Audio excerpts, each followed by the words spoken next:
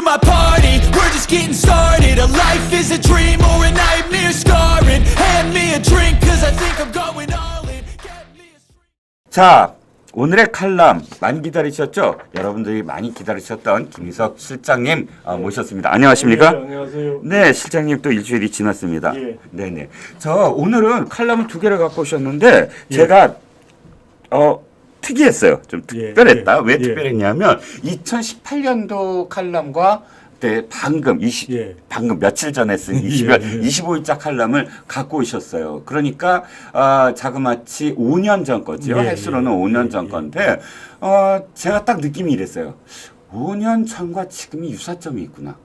분명히 어떤 문재인 정부와 윤석열 정부가 달라야 되는데 뭔가 그 당시를 다시 찾아오신 걸 보면 뭔가 지금 공통점이 있어서 맥락이 닿는 점이 있어서 갖고 오신 게 아닌가 싶습니다. 어떤 상황인가요? 일단 말씀을 드리면 이게 문재인 정부 때만큼 심각하다는 건 아니고요. 네. 다만 우리가 바라는 거는 문재인 정부와 윤석열 정부가 다르다는 것 중에 하나가 시장 경제를 확실하게 표방하고 나왔습니다. 그렇다면 시장 경제가 가지고 있는 작동 원리, 잘 작동되는 이유가 뭔가에 대한 이 깊은 성찰을 해가지고 어떤 거기에 맞는 질서, 예를 들면 가격이 신호등 역할을 한다고 흔히들 말하거든요. 그게 무슨 소리냐면 예를 들어서 한양에 기근이 들어서 쌀이 모자라면 쌀값이 올라갑니다. 그러면 사람들한테 쌀이 귀해졌으니까 소비자들한테는 지금 좀 아껴 써야 된다는 신호를 주고 또 공급자들한테는 다른데 거기보다 싼 데서 쌀을 실어 와서 거기 공급해주면 이득을 볼 수 있다는 신호를 줘서 빨리 실어 와라는 간접적인 신호등 역할을 하는 겁니다. 그게. 그런데 그런 점에서 가격이란 걸 함부로 손대면 통제하거나 함부로 손대면 안 되고 또 막 통화를 갖다 막 증발을 하면 또 가격 신호가 또 왜곡이 됩니다. 왜냐하면 이게 가격이 올랐는데 이게 새로 찍은 돈이 그 분야로 흘러 들어와서 더 오른 것인지 아니면 정말 기근이라든가 실제로 외적 요인에 의해서 확실한 이유가 있어서 그렇게 된 건지 이걸 구별할 수가 없기 때문에 혼란이 오는 거죠. 그래서 그런 점에서 이런 어떤 가격이 나름대로 정보를 전달해주는 그런 역할을 잘 할 수 있도록 이렇게 기능하게 한다.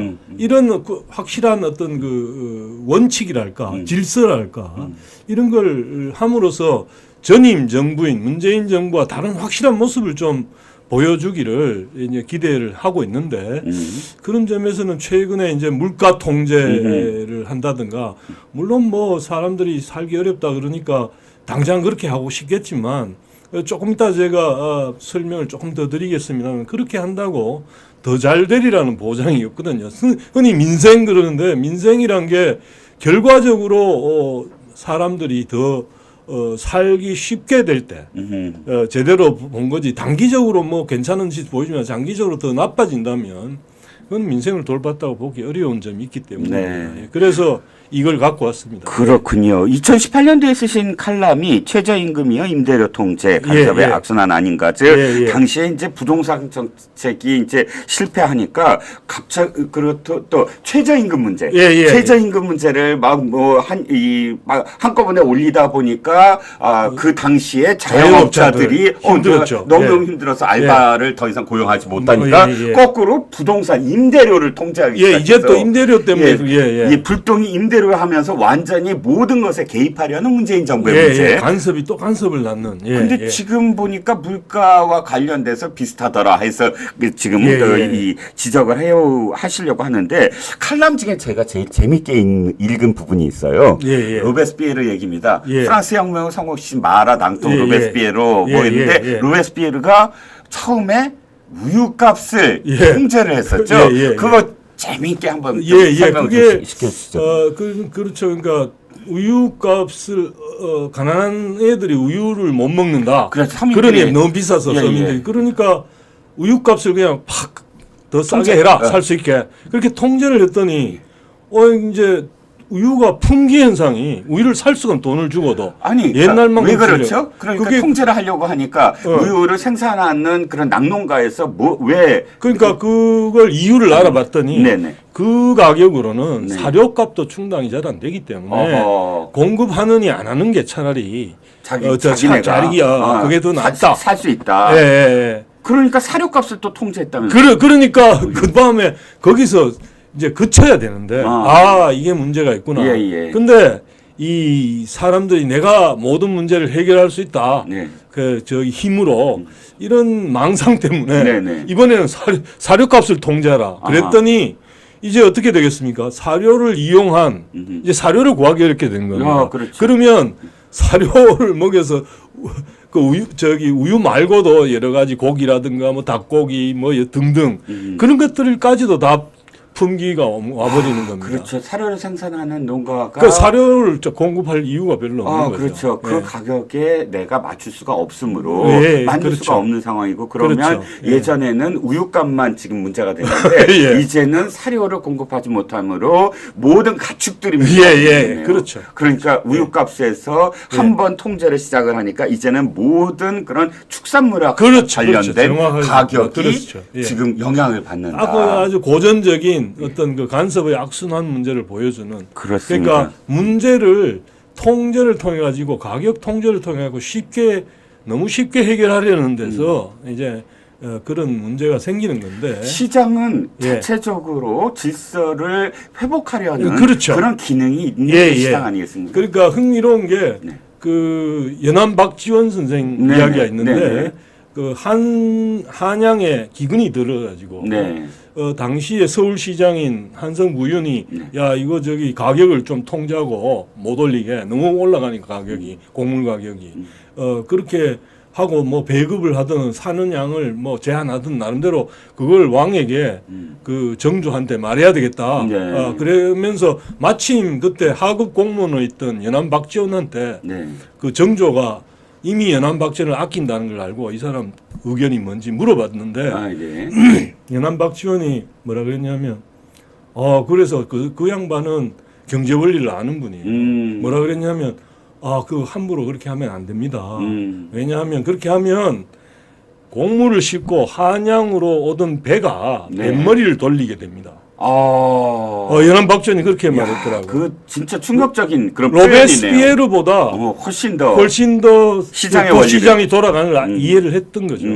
그래서 연암이 만약에 물가 문제를 만약에 이런 상황이라 그랬으면 아마도 통제하기보다는 왜 그렇게 됐는가를 따져보고 그 이제 거기에서 공급이 더 잘 될 수 있는 어떤 그 경쟁 제한적인 요소가 있으면 그걸 풀어주고 그 다음에 어떤 그 만약에 물가를 올리게 하는 그 통화 문제였으면 통화 관리를 더 잘하는 쪽으로 이렇게 돌렸을 겁니다. 근데 그런 어떤 그 설명이나 왜 이렇게 해야 되는 그런 걸 특히나 이제 사실은 사회주의 계획 경제가 망한 게 사유재산권 자본에 대해서는 소유가 없기 때문에 시장이 없고 가격이 없어요.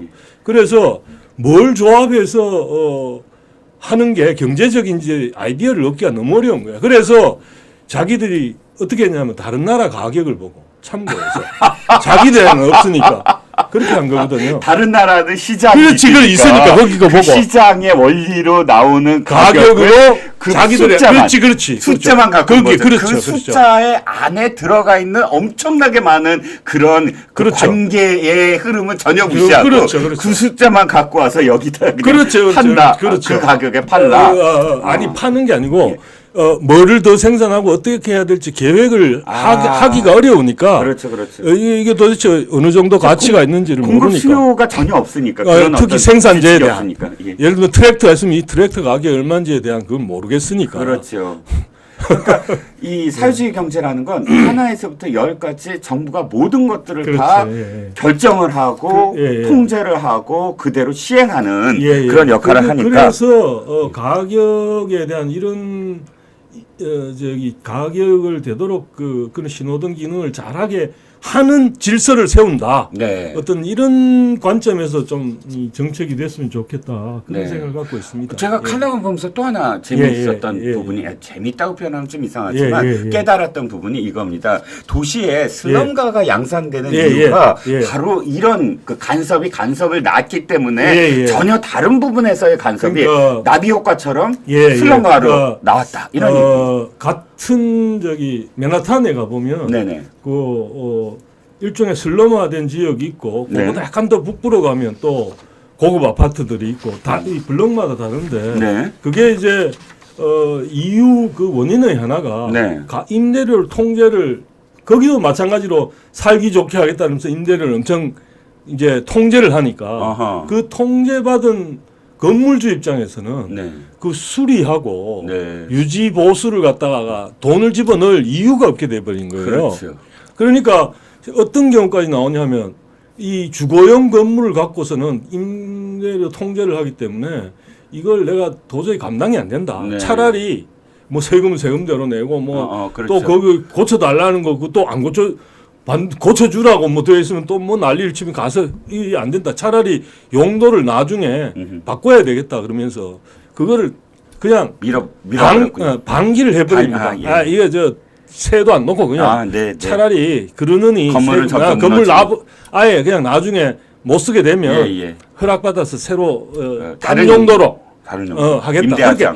그렇게 되니까 거기가 결국은 우범지역화 거기 사람도 없고 이러니까 그 배회하는 애들이 거기 가서 이제 밤을 보내고 또 뭐 예를 들면 마약을 한다든가 거기서 그러면서 거기가 우범지역화 되는 거거든요. 그러니까 큰 정부를 지향하는 그런 정권, 특히 이제 좌파 정권들이 누를 범하는 게 바로 만능주의, 자신들이 개입을 해서 모든 것들을 다 바꿀 수 있다. 그리고 그것은 가장 나쁜 게 뭐냐면 선이 있지 않습니까? 우리는 선의를 갖고 있다. 예를 들어서 아까 로베스피에르가 한 것도 서민들의 우유를 공급하기 위해서다. 이렇게 선의라고 표현하듯이 모든 게 다 선의 아닙니까? 약한 자들을 도와주고 이런 식의 어떤 이유를 대면서 통제, 개입을 하는데 그 개입 자체가 사실 이런 어떤 그런 그 진영의 가장 큰 문제가 뭐냐 하면 이윤에 대해서 악마시하고 죄악시하는 것 같아요. 근데 우리가 알아야 될 게 시장이라는 게 자발적 교환이기 때문에 남이 만족하지 않으면 그 돈보다 더 주는 돈보다 더 만족하다고 느끼지 않으면 절대로 자발적으로 저발로 살 리가 없기 때문에 실은 남들한테 서비스를 잘 해준 대가가 만족했다는 대가가 그게 이윤인 거거든요. 그래서 그거를 시장이 돌아가는데 이윤을 그런 식으로 쳐다보지 않으면 그걸 자꾸 빼앗기 시작하고 그러면 그거는 결국은 남을 잘 도와줄 인센티브를 없애버리는 거거든요. 그래서 그런 걸 지금 참 잘 지적해 주셨는데 그런 말하자면 시장의 작동이란 게 그런 식으로 되는 건데 이게 너무 균형 상태, 모든 것이 이제 기회가 다 사라진 현실은 균형 상태가 아닌데, 그런데 자꾸 그런 걸 상상해가지고 그게 마치 뭐 이윤을 벌면 나쁜 것처럼 그렇게 몰아가면 우리 시장이 잘 작동하지 않게 되는 거죠, 결국. 그렇습니다. 근데 이 와중에 지금 실장님의 칼럼에서 나왔는데 영국의 그 이코노미스트가 OECD 35개국 경제 성적을 매겼는데 2위를 차지했다. 더군다나 1위가 그 망해가던 그리스예요. 그러니까 더 사실 좀 놀라웠는데 이 지금 결과에 대한 설명을 좀 해주시면. 이게 이제 크게 보면 경제학자들 보고 하나의 지표만 내라 그러면 뭘 볼래? 그러면 아마 실질 GDP. 그게 이제 그게 늘어났다는 것은 투자라든가 다른 것들이 같이 늘어날 가능성이 많기 때문에 생활의 질을 하나만 보라 그러면 그럴 텐데 그런데 사실은 그것뿐만 아니라 아까 말씀드린 것처럼 인플레가 된다는 돈을 막 찍어낸다는 것은 거꾸로 그 말하자면 두 가지 요인인데 돈을 직접 막 풀었거나 아니면 막 국채를 발행해 놓고 그걸 중앙은행이 나중에 인수를 했거나 뭐 그런 건데 그렇게 되면 이게 아까 저 풍선 효과 말씀하셨듯이 네. 결국은 물가 상승으로 되고 네, 동시에 거품이 끼고 네. 이거 부동산이든 뭐 주식시장이든 그냥 그 터지고 네. 그래서 많은 문제를 처음에는 싼 이자 했다 나중에 터질 때쯤 안 되니까 그도 들인다고 또 높은 이자 올라가고 이러면서 많은 문제를 일으킵니다. 그래서 그런 점에서 물가를 이제 이 사람들이 보고 있고 또 하나는 효율적인 자본시장. 그러니까 저기 돈이 투자가 이윤을 잘 내는 곳으로 돈이 들어가고 그 다음에 이제 뭐 저기 좀 잘 될 줄 알았는데 실수로 판단을 잘못했거나 그래서 돈이 들어간 건 잘못된 건 또 회수가 잘 되고 이래야 그리고 그게 잘 되고 있다는 표시가 뭐냐면 이제 주가 수익률 네, 수익률이 높다는 거는 그만큼 저 투자가 돼야 될 만한 예를 들어서 어떤 지금 하고 있는 데서 다른 쪽으로 용도를 했는데 사가지고 뭔가 투자를 했는데 그만 수익을 못 냈다는 이야기는 다른 용도로 그냥 뒀더라면 소비자들이 만족하면서 샀을 걸 공연히 딴 데로 옮겨가지고 마이너스를 해가지고 그만큼 그만큼 저 만족을 누리지 못하게 만든다는 뜻이기 때문에 자본시장이 제대로 작동을 못한 거죠. 그래서 주가 수익률을 또 보고 굉장히 중요하고. 예, 그래서 같이 여러 가지를 한 세 가지 정도를 이코노미스트가 보고 그래서 한국을 보니까 성장률은 조금 떨어지지만 그 근원 물가 지수나 인플레이를 잘 관리를 했고 그런 점에서 다 이제 종합적으로 이렇게 따져 보니까 그래도 OECD 국가들 간에 중에는 그리스 다음으로는 잘했다 이런 평가를 받았어요. 그래서 그 이야기는 제가 왜 이걸 이야기를 했냐면 그런 평가를 받았다는 것은 사실은 물가를 왜곡하는 가격의 신호등 기능을 왜곡하는 물가 상승이라든가 돈을 찍어내므로써 그걸 상대적으로 좀 잘했다는 이야기입니다. 딴 나라 물론 뭐 매우 잘했다고 하기는 절대적으로 좀 어려울지 모르지만 상대적으로 다른 나라보다 그런데 그런 정부가 막상 또 물가 사람 시켜가 너는 무슨 파트 물가 관리하고 뭐 이런 식으로 통제를 시도했다는 게 저로서는 참 안타까워서. 그러니까 그 말씀부터 하죠. 그러면 지금 사실 우리가 이 기사 제목 보면 이런 거 있잖아요. 라면 과장 우유 주인 뭐 이게 왜 그런 제목이냐면 그러니까 그 물가를 관리하는 뭐 무슨 식품 뭐 별별 부처가 다 있는데 이 다른 일을 해야 돼 공무원들을 아예 일주일 뭐 보름 단위로 너는 라면이라든지 이쪽을 관리해. 너는 뭐를 관리해 해서 관리를 하라고 이렇게 뭐를 명령을 받으면 무조건 전화해서 아니 지금 얼만데 얼만데 하면서 압박을 넣는 거잖아요. 그런 어떤 품목별로. 그러니까 그게 그렇게 되면 결국은 뭐 요즘 나오는 슈링크 참 이 축소된 슈링크플레이션 혹은 뭐 스킨플레이션이라고 질을 낮추거나 또 양을 줄이거나 이런 일이 우리나라에만 있는 게 아니고 전 세계적으로 이거는 가격을 올리니까 제가 우스갯소리로 보통은 그렇게 막 가격을 통제하고 못 올리게 하면 벌어지는 일이 품귀 현상인데 품귀가 안 되는 경우가 있어갖고 희한하다 그러면서 경제학자가 찾아봤더니 그게 쇠고기 가격을 통제를 했더니 그 고기가 조금부터 이거 뼈가 막 굉장히 많은 그게 이제 유통이 되니까 품귀는 안 된 거죠. 그러니까 질이 나빠진 거죠. 그렇죠. 질이 나빠진 거죠. 그러니까 사실 우리가 저도 사실 화가 나요. 왜냐하면 과자를 샀는데 딱 했더니 3분의 1밖에 없는 거예요. 이게 다 질서야. 그러면 일단 그 업체를 욕할 수밖에 없습니다. 그런데 좀 더 들여다보면 그 업체 입장 생각을 할 때 이렇게 라면 과장 우유 대리가 전화해서 가격 낮춰라 하는데 이 자신들이 이 가격으로는 도저히 이윤이 그러니까 전체 시장에 어떤 적응을 못하니까 그렇게 자구책으로 할 수밖에 없다라는 것도 이해를 해야 된다는 거죠. 그렇죠. 그러니까 왜 그렇게 됐는지를 조금 더 파고들 필요가 있고 그 다음에 그게 만약에 그 사람들이 자기들만 공급하는 진입 장벽이 돼 있어서 그 사람만 공부하는 경우라면 그걸 줄여가지고 뭐 꼼수를 써서 말하자면 그런 거라면 질책을 받아야 되고 그다음에 또 정확하게 기재를 하라 뭐 이런 것까지는 뭐 어느 정도는 받아들일 수 있는데 근데 그게 물가 통제에 대한 대응으로 자기들이 살아남기 위한 거라면 그거 더 세게 해버리면 그 다음에는 공급 안 하는 편이 나아지는 경우가 아까 말씀드린 것처럼 로베스피에르 경우처럼 네네. 그럴 수도 있기 때문에 그걸 그래서 가격의 신호 기능을 충분히 잘 발휘하도록 하는데 좀 더 이제 관심을 좀 당국이 뭐 그렇다고 해갖고 뭐 물가는 결국은 물건의 재화의 수량하고 화폐의 수량하고의 관계에서 결정되는 겁니다. 결국은 그런 거기 때문에 금리 문제도 있어야 되고 또 외국의 수입이라든지 그런 것들에 대한 어떤 발빠른 그런 예를 들어서 뭐 이자율이 떨어졌는데도 이상하게 이자율이 오를 때는 대출한 거에 대해 갖고 변동금리가 팍팍 올리면서 이자가 떨어졌는데도 옛날 높은 금리로 뭐 그러면 지금 요즘 뭐 그런 건 잘하고 있더라고요. 예를 들면 대환 대출 다른 갈아타기 쉽게 해주게 쉽게 해주고 경쟁하게 그렇게 만든다든가 그게 낫지.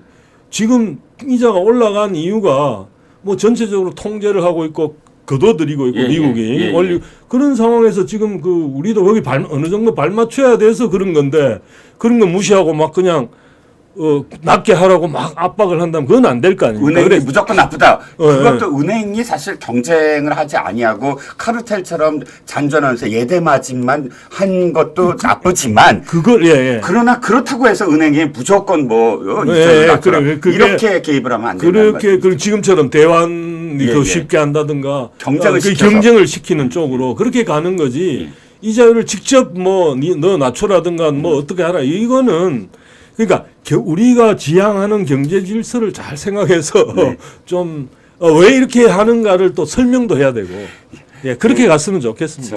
실장님 말씀을 들으니까 제가 떠오르는 게 옛날에 물가 관리 그러면 짜장면하고 설렁탕 있었어요. 그거부터 그러니까 이들이 그 물가 관리를 당하니까 만든 게 설렁탕이 있어요. 짜장면도 삼선 짜장이 있어요. 그러니까 그냥 보통 설렁탕이나 보통 짜장은 맨날 물가 관리 당국이 짜장면값 너 올리면 안 돼. 설렁탕값 올리면 안 돼. 그러니까 갑자기 특이 나오고 삼선이 나오고. 그래서 실은 그런 걸 해서 효과가 없다는 이야기잖아요. 그렇죠. 근데 효과가 있는 것처럼 그 행정력을 낭비하는 셈이 된 거죠. 그렇죠. 거기에 또 국가의 어떤 그런 낭비 요소가 있네요. 낭비 요소가 있죠. 그렇죠. 그렇죠. 하여튼 저는 이 물가 그러니까 이 통제 풍선 효과 그러면 문재인 정부의 그 부동산 정책이 딱 떠오릅니다. 원래 강남을 때려잡으려고 딱 눌렀어요. 그랬더니 강북이 터져. 강북 눌렀더니 수도권이 터져. 수도권 눌렀더니 맞습니다. 또 점점 밑으로 전국이 전부 다 이제 통제 대상으로 확산이 되는 거예요. 그게 대표적인 풍선 두더지 같은 거예요. 두더지 잡기처럼. 맞습니다. 그게 지금 우리 이 윤석열 정부가 그걸 되풀이한다면 또 혹시 이명박 정부 물가 관리 기억하시죠? 그때도 물가 관리 똑같이 하지 않았습니까? 그런 통제하려고 했던 거. 그래서 이제는 좀 이번에 한동훈 장관이 그 이야기를 경쟁을 정치 쪽에도 문턱을 낮춰서 경쟁을 더 시키고 절차를 잘 지키고 그런 말을 했던데 마찬가지예요. 시장 경제라는 질서를 제대로 바로 잡는다는 생각으로 좀 그렇게 시장에서의 가격의 기능, 사회주의 계획 경제에서는 발휘되지 못하던 그걸 충분히 잘 활용한다는 측면에서 조금은 다른 모습을 좀 보여주기를 기대를 하고 있습니다. 그래서 좀 조금 쓴소리처럼 들릴지 모르지만 더 잘하기를 바라는 마음에서 윤석열 정부는 달라야 된다. 문재인 정부나 혹은 노무현 정부나 김대중 정부가 했듯이 무조건 개입하는 것이 아니라 시장의 원리를 잘 파악해서 개입을 축소하고 규제를 완화시키는 경쟁을 할 수 있도록 가야 된다라는 의미에서 그래서 그런 걸 적극적으로 좀 그러니까 역동 경제 그러면서 슬로건을 내걸었으니까 네. 결국은 이게 저기 아까 자본 수익률 얘기를 했는데 될 곳에 네. 잘 될 곳에 자금이 들어가고 잘 안 되는 곳으로부터는 자원이 회수돼서 이쪽으로 더 투입돼야 네. 양질의 일자리도 더 많이 만들 수 있고 네. 그런 거기 때문에 조금 더 불필요한 데다가 그 정력을 쏟지 않았으면 좋겠다 그런 생각이 있습니다. 네, 김인석 실장님의 말씀을 정부가 조금 더 많이 새겨서 반영을 했으면 좋겠다는 생각 저도 많이 해봅니다. 오늘 말씀 감사합니다. 감사합니다.